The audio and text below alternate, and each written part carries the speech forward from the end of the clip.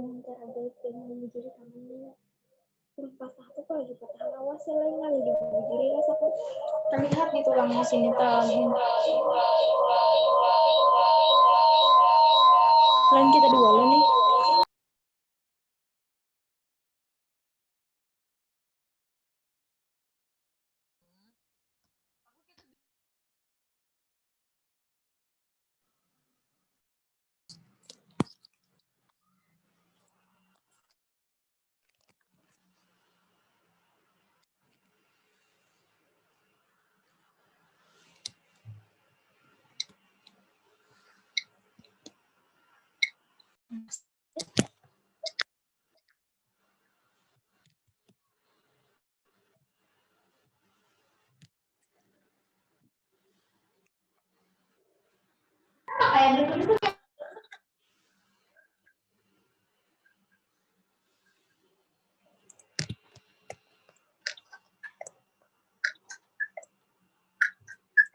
Ya, assalamualaikum warahmatullahi wabarakatuh.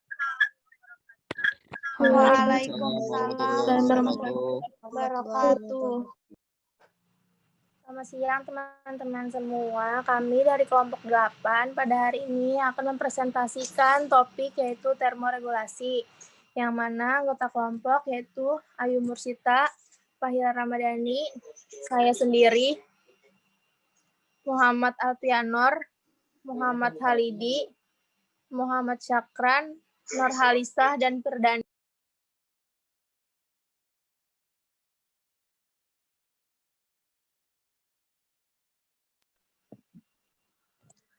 Yang mana materi pertama yaitu pengertian dari termoregulasi yang akan dijelaskan oleh saya sendiri. Keluar.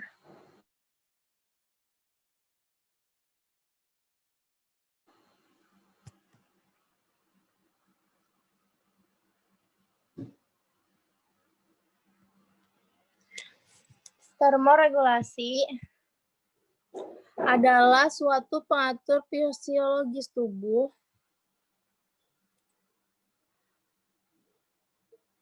manusia mengenai keseimbangan produksi panas dan kehilangan panas, sehingga suhu tubuh dapat dipertahankan secara konstan.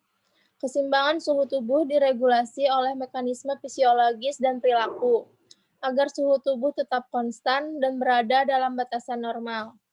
Hubungan antara produksi panas dan pengeluaran panas harus dipertahankan. Hubungan regulasi melalui mekanisme kontrol suhu untuk meningkatkan regulasi tubuh. Next, moderator. Yang kedua yaitu macam-macam suhu dalam termoregulasi, yang mana terbagi menjadi 3, yaitu poikiloterm, yang kedua homoterm, dan yang ketiga heterotermik. Yang mana pengertian dari poikiloterm yaitu suhu tubuhnya dipengaruhi oleh lingkungan, yang artinya suhu tubuh bagian dalam lebih tinggi dibandingkan dengan suhu tubuh di luar. Hewan tidak mampu mempertahankan suhu tubuhnya. Hewan seperti ini juga disebut hewan berdarah dingin, yang termasuk hewan berdarah dingin seperti reptil, amfibi, yang suhu tubuhnya tidak betul-betul sama dengan suhu lingkungan. Yang kedua yaitu homoterm, adalah hewan berdarah panas karena mampu menjaga suhu tubuhnya. Mana? Ini salah pasang. Pada hewan homoterm, suhunya lebih stabil. Hal ini dikarenakan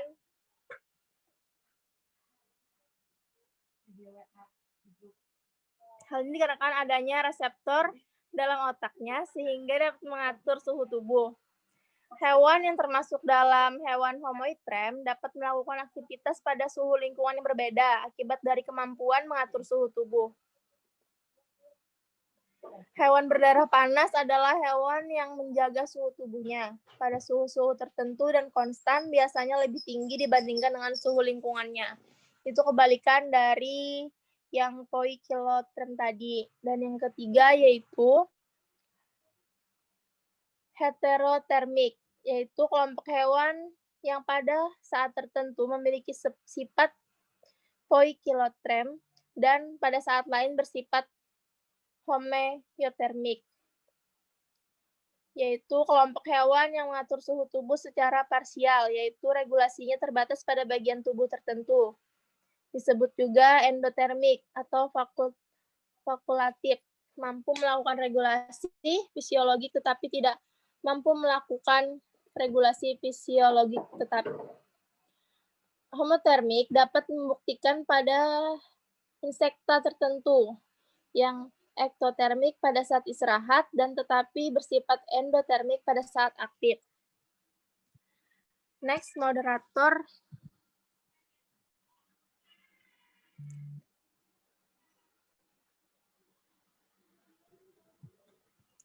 Materi yang selanjutnya yaitu mekanisme pertukaran panas. Dipersilahkan. Terima kasih moderator. Di sini saya akan menjelaskan mekanisme pertukaran panas. Yang pertama ada konduksi. Konduksi merupakan proses perpindahan panas melalui kontak secara langsung. Proses perpindahan panas secara konduksi akan terjadi jika terdapat perbedaan panas antara bagian atau objek yang saling kontak.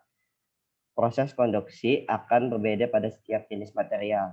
Misalnya logam biasanya merupakan konduktor yang baik. Benda padat biasanya melakukan penghantar panas yang lebih baik jika dibandingkan dengan cairan. Media gas merupakan penghantar panas yang paling buruk. Konduksi panas dari tubuh dengan benda padat seperti kursi atau tempat tidur hanya berkisar 3%. Kehilangan panas tubuh ke udara dengan konduksi dapat mencapai 15%. Panas merupakan energi kinetik dari molekul yang bergerak dan molekul kulit terus bergerak. Sebagian besar energi gerak tersebut dilepaskan ke udara. Jika udara di lingkungan lebih dingin atau rendah,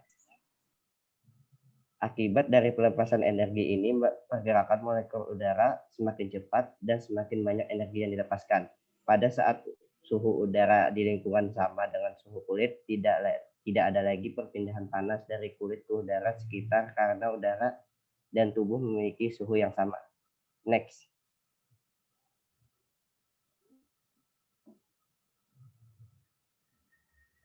Yang kedua ada konveksi. Konveksi adalah suatu proses di mana terjadi perpindahan panas yang terjadi karena adanya pergerakan atau perpindahan uap air oleh udara atau angin yang melewati sumber panas.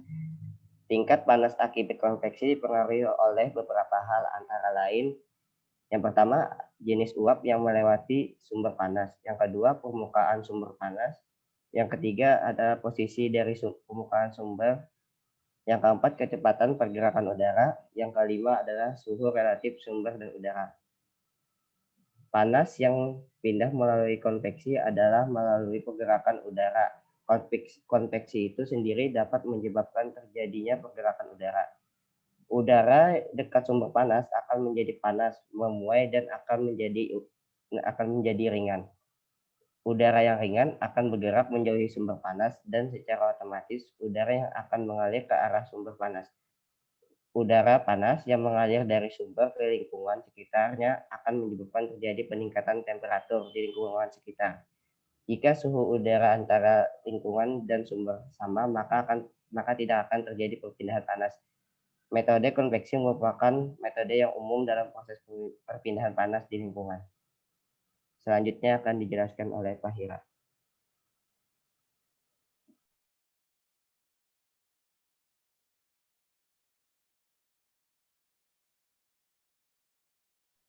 Baik, selanjutnya saya akan melanjutkan tentang radiasi. Radiasi di sini merupakan perpindahan panas yang terjadi. Yang selanjutnya silakan. Baik, saya selanjutnya akan menjelaskan tentang radiasi.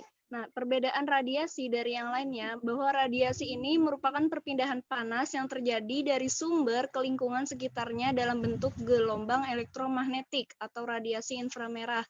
Suatu contohnya yaitu seperti radiasi sinar matahari yang dipancarkan ke bumi.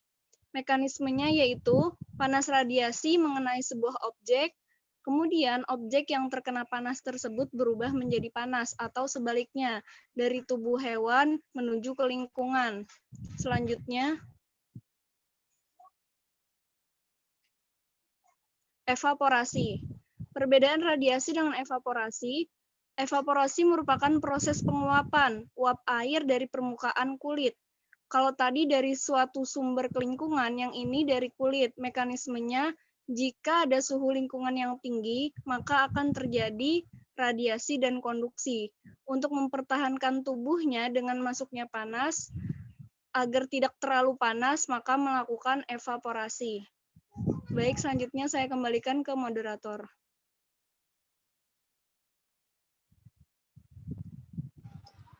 Next. Materi selanjutnya dipersilakan kepada Muhammad Halidi. Assalamualaikum warahmatullahi wabarakatuh. Di sini saya akan melanjutkan materi tentang mekanisme produksi panas. Mekanisme produksi panas itu ada 3 diantaranya. Yang pertama, mekanisme tingkah laku, yaitu perilaku atau gerak berpindah ke lingkungan yang suhunya mendekati suhu optimum. Yang kedua, mekanisme otonomi, seperti mempercepat metabolisme simpanan energi, yaitu mengatur kecepatan aliran darah untuk menyimpan panas atau melepas panas ke permukaan tubuh. Yang ketiga, mekanisme adaptif atau aklimatisasi, yaitu memproduksi penambahan panas pada metabolisme basal. Mekanisme aklimatisasi adalah bentuk penyesuaian terhadap kondisi lingkungan yang berubah atau baru dan berlangsung dalam jangka waktu lama. Slide berikutnya, operator.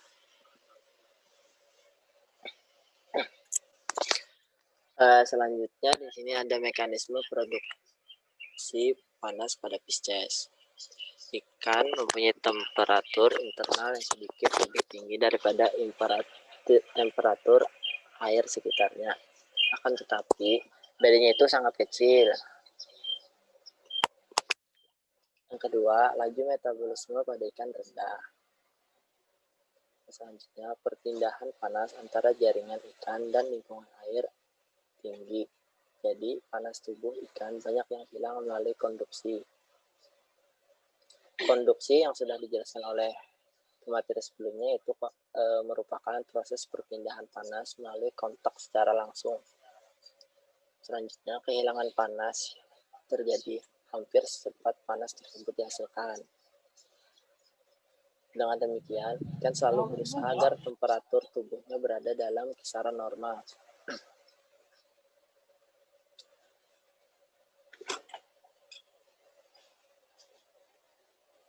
Temperatur tubuh sebagian besar ikan sekitar pada umumnya 1 derajat Celcius, lebih 8 tinggi daripada temperatur air. Pada sejumlah ikan aktif yang ukurannya lebih besar, misalnya ikan marlin, beda temperatur tersebut mencapai 5-6 derajat Celcius. Slide selanjutnya, operator. Selanjutnya, mekanisme produksi panas pada amfibi. Halidi.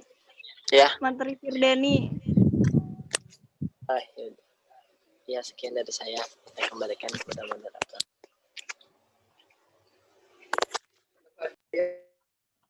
Ya, Assalamualaikum warahmatullahi wabarakatuh. Di sini saya akan menjelaskan tentang mekanisme produksi panas pada amfibi. Amfibi itu bergantung kepada pemilihan bagian lingkungan untuk mempertahankan temperatur tubuhnya agar tetap berada dalam kisaran temperatur yang dapat ditolerirnya.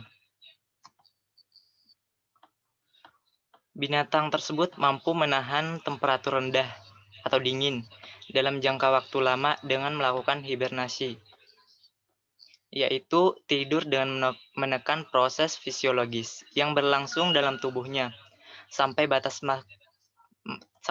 minimum. Nah, upaya pengaturan panasnya untuk mengatasi temperatur tinggi atau panas berlangsung dengan sangat efektif karena kulitnya yang basah sehingga memungkinkan terjadinya penguapan air. Sehingga kehilangan panasnya itu melalui evaporasi. Amfibi gurun pasir melakukan aktivitas pembenaman diri atau disebut estivasi.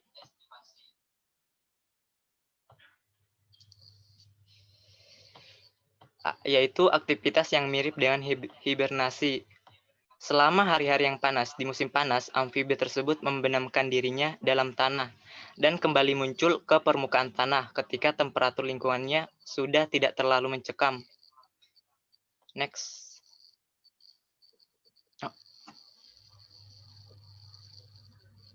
Assalamualaikum warahmatullahi wabarakatuh. Di sini saya akan menjelaskan mekanisme produksi panas pada reptilia. Reptilia akan memilih lingkungan yang hangat atau dingin untuk tempat menghabiskan waktunya. Selama malam hari yang dingin di gurun pasir, reptil mungkin menghabiskan waktunya dengan berada pada batu karang atau jalan yang dikeraskan untuk dapat menyerap sisa-sisa panas matahari yang dipancarkan oleh benda padat tersebut. Sebaliknya, selama siang hari yang panas, reptil akan membenamkan dirinya dalam pasir atau di bawah bahan yang dapat menahan panasnya sinar matahari. Dengan demikian, reptil mungkin akan menedahkan dirinya langsung di bawah sinar matahari atau berada di bawah naungan, sehingga dengan demikian luas permukaan kulitnya makin banyak atau makin sedikit terdedah dengan radiasi matahari.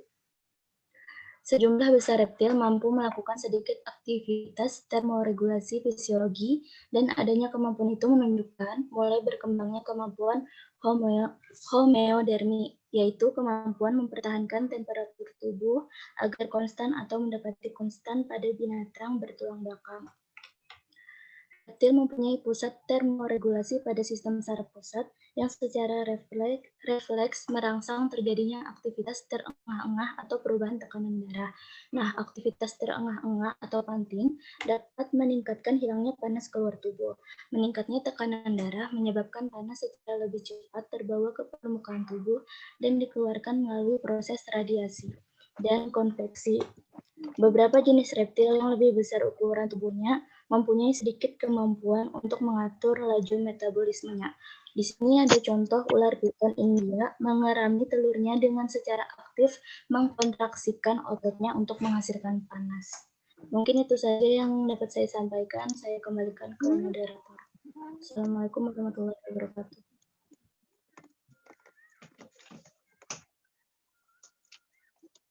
Ini makan apa tadi? Ini aja, Kak.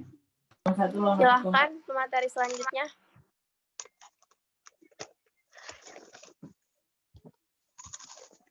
Baik, terima kasih moderator. Di sini saya akan menjelaskan mekanisme produksi panas pada aves dan mamalia.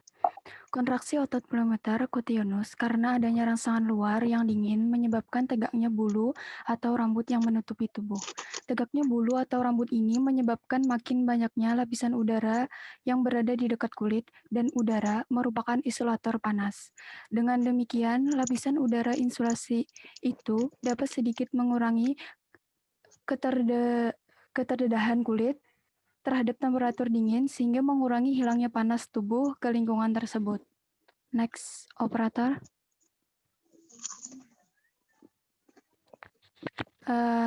Berikut, di sini saya akan menjelaskan termoregulasi pada hewan Homoitheram. Hewan Homoitheram mempunyai variasi temperatur yang normal karena dipengaruhi oleh berbagai faktor, seperti faktor umur, faktor jenis kelamin, faktor lingkungan, faktor panjang waktu siang dan malam, dan faktor makanan yang dikonsumsi hewan tersebut. Sebagaimana kita ketahui, contoh hewan berdarah panas adalah aves dan mamalia. Aves dan mamalia mempunyai sifat yang sama, yaitu sama-sama hewan yang endotermik atau hewan yang suhu tubuhnya berasal dari produksi panas di dalam tubuh.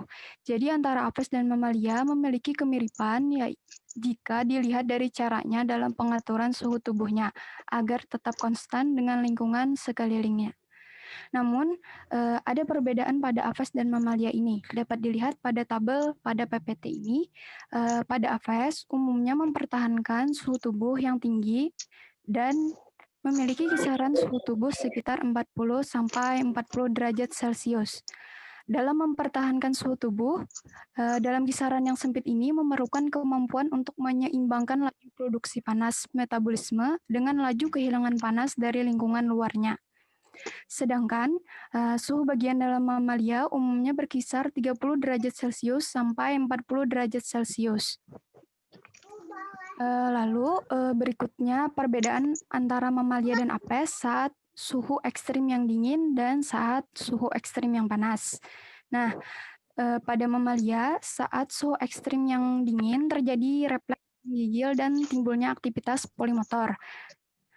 Polimotor itu adalah merupakan salah satu respon otomatis untuk menghangatkan tubuh atau disebut juga merinding. Saat kedinginan, gerakan otot memicu merinding akan menghangatkan tubuh. Lalu ada juga pada mamalia saat suhu ekstrim yang dingin terjadi hibernasi atau torpor, yaitu penurunan suhu tubuh yang berkaitan dengan adanya penurunan laju metabolisme, laju denyut jantung, laju respirasi, dan sebagainya. Contohnya pada beruang dan landak. Sedangkan pada apes saat suhu ekstrim yang dingin, yakni dengan cara memperlambat metabolisme dan membuat tubuhnya mendekati titik beku. Contohnya pada burung kolibri.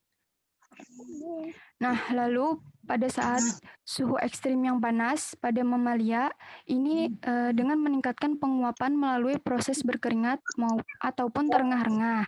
Dan ada juga yang melakukan gerakan floatering, yaitu gerakan daerah kerongkongan secara cepat dan terus-menerus dengan tujuan meningkatkan penguapan pada mulut dan saluran pernapasan.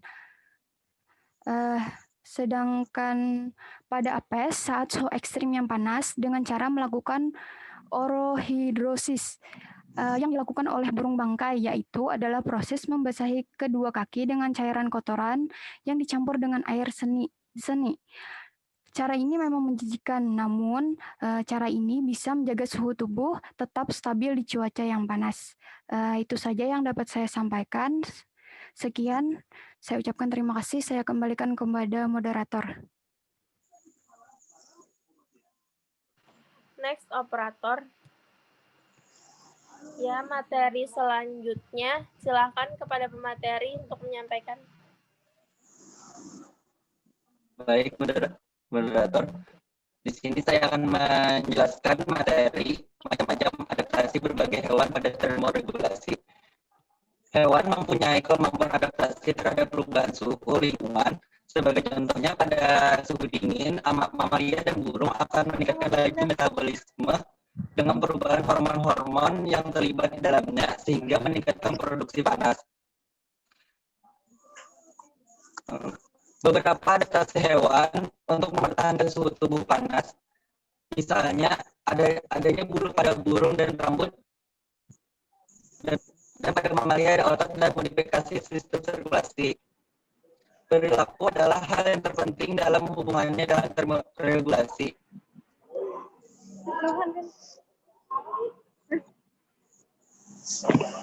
Di sana terlihat di PPT ada 3 macam adaptasi, yaitu adaptasi morfologi, adaptasi fisiologi, dan adaptasi tingkah laku.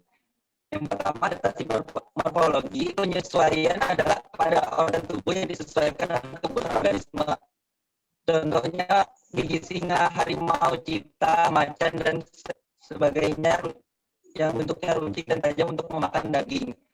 Sedangkan gigi sapi, kambing, kerbau, dan yang giginya tidak tajam dipakai untuk memotong rumput atau daun dalam mengunyah makanan. Yang kedua yaitu adaptasi fisiologi, adalah penyesuaian yang dipengaruhi oleh lingkungan sekitar yang menyebabkan adanya penyesuaian alat tubuh untuk mempertahankan hidup dengan baik. Contohnya adaptasi fisiologi pada hewan unta yang mempunyai kantung air di punuknya untuk menyimpan air agar tidak minum di padang pasir dalam jangka waktu yang lama. Yang ketiga, adaptasi tingkah laku, penyesuaian makhluk hidup pada tingkah laku terhadap lingkungannya.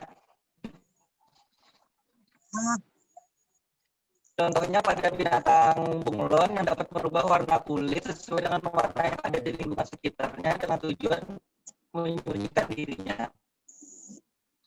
Macam adaptasi bagi hewan pada terregulasi. Yang pertama ada Pisces. Di lingkungan panas adaptasi dilakukan Pisces adalah yang berenang ke perairan lebih besar atau ke tempat yang intensitas sinar matahari lebih sedikit. Yang kedua, amfibi. Pada lingkungan panas, hewan ini secara morfologi dengan mengeluarkan panas dalam tubuhnya.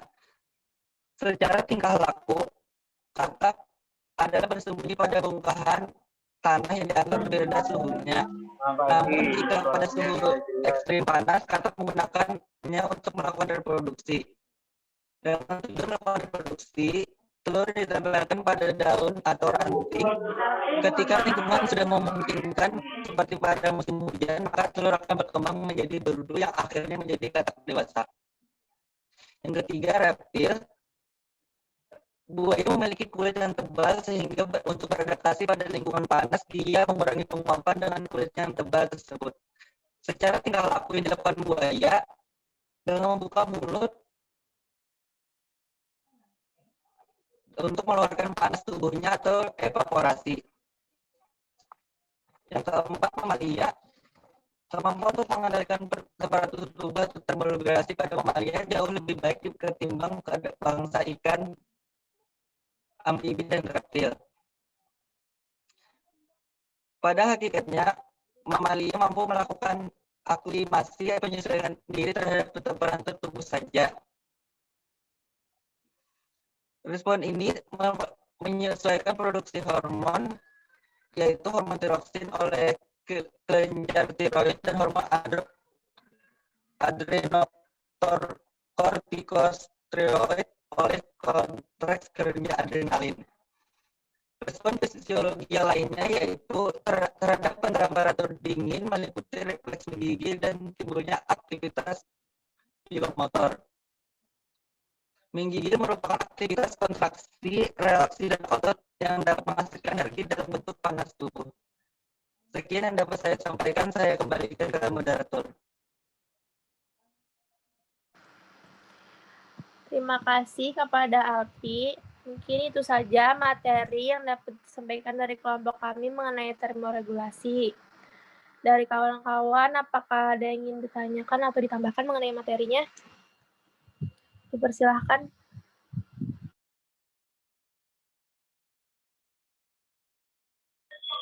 Izin bertanya, tapi gak jadi Gin. Gak paham tadi penjelasannya betul-betul. Kenapa Farhan? Penjelasannya pada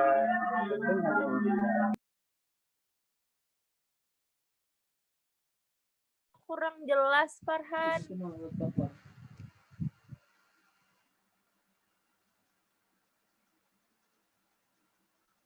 Tadi ingin bertanya kah? Ada Meh. Ya silahkan, perkenalkan nama dan kelompoknya. Kenalkan, nama saya Jahid Ajaropi, NIM 1810-1121-0021. Nah, tadi kan ada adaptasi dari hewan kan. Kita kan mengetahui bersama bahwa burung penguin itu hidup di daerah dingin atau kutub. Tapi sekarang kita menemukan burung penguin di Indonesia.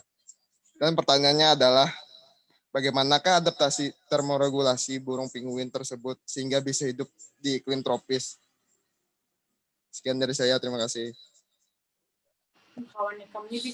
Iya, terima kasih Jahid. Pertanyaannya ditampung dulu ya. Dari teman-teman yang lain, apakah masih ada yang ingin ditanyakan?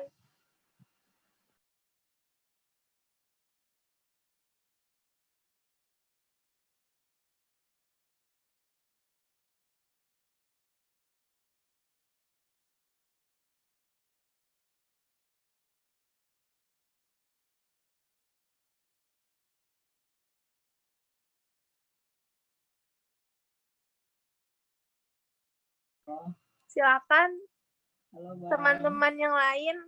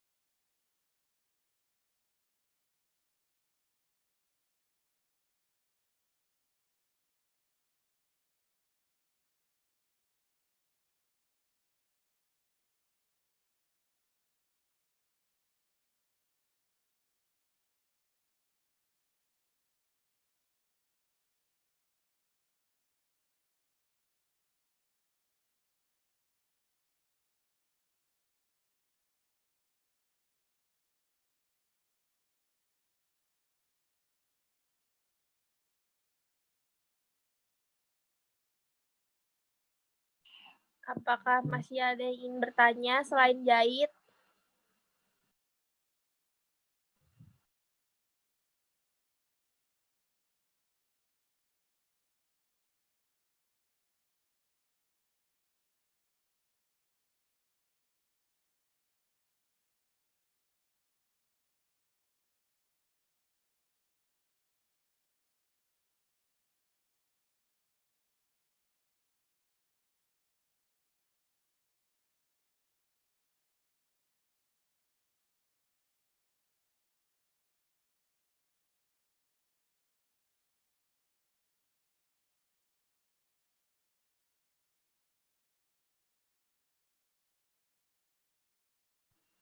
Jahit, untuk pertanyaannya tadi maksudnya itu untuk yang di Indonesia atau yang di daerah mana?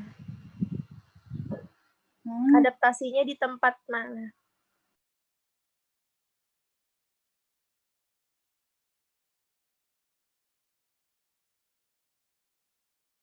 Itu seperti di apa tuh, kebun binatang lah. Iya, maksudnya kebun binatang yang di Indonesia ya? Iya, iya, iya. Ya, tunggu ya.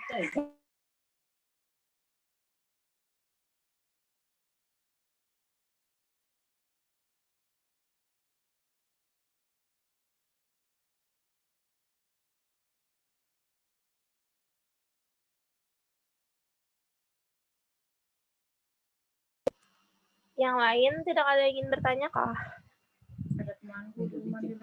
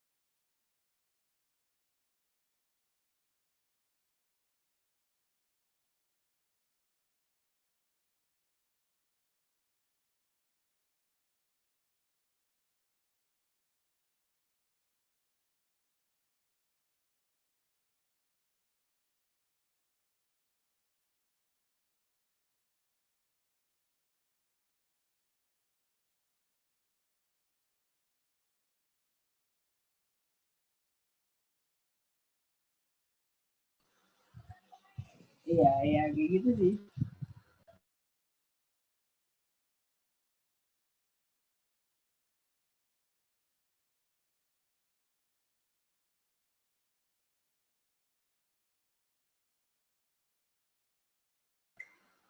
Silahkan teman-teman yang lain.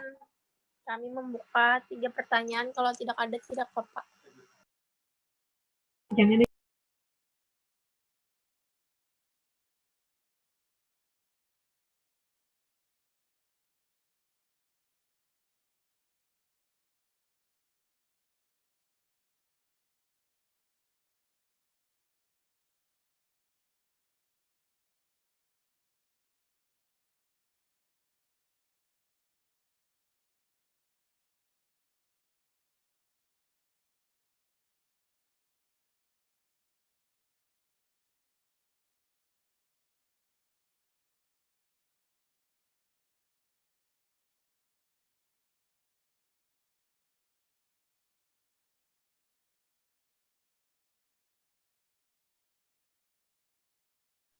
Halimah izin menjawab. Iya, silahkan. Jadi untuk pertanyaan Jahit tadi, karena penguin ini hidup di kutub, lalu kenapa sekarang bisa hidup di Indonesia?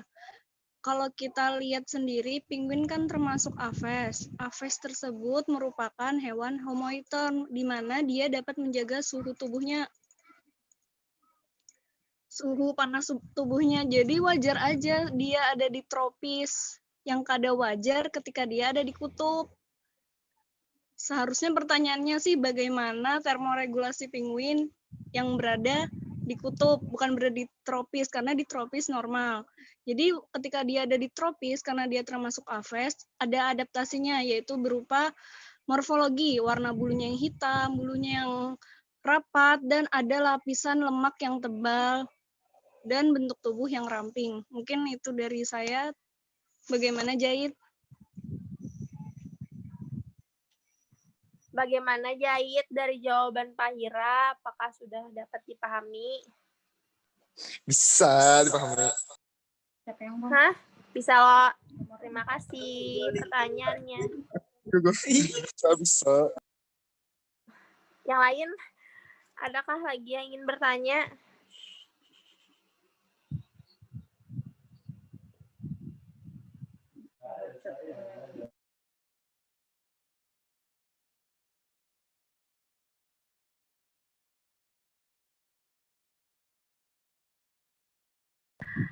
Syakran ingin menambahkan. Silahkan kepada Syakran.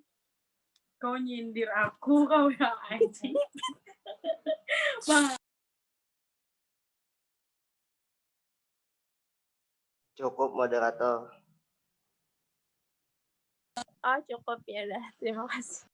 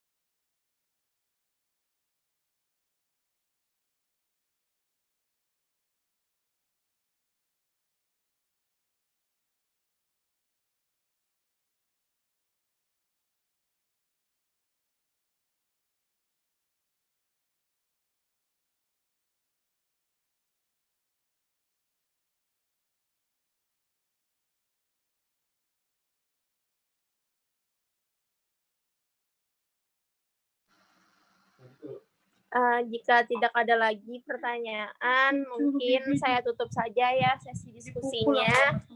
Dan saya tutup juga presentasi dari kelompok kami. Terima kasih. Assalamualaikum warahmatullahi wabarakatuh. Waalaikumsalam warahmatullahi wabarakatuh. Waalaikumsalam warahmatullahi wabarakatuh. Waalaikumsalam warahmatullahi wabarakatuh.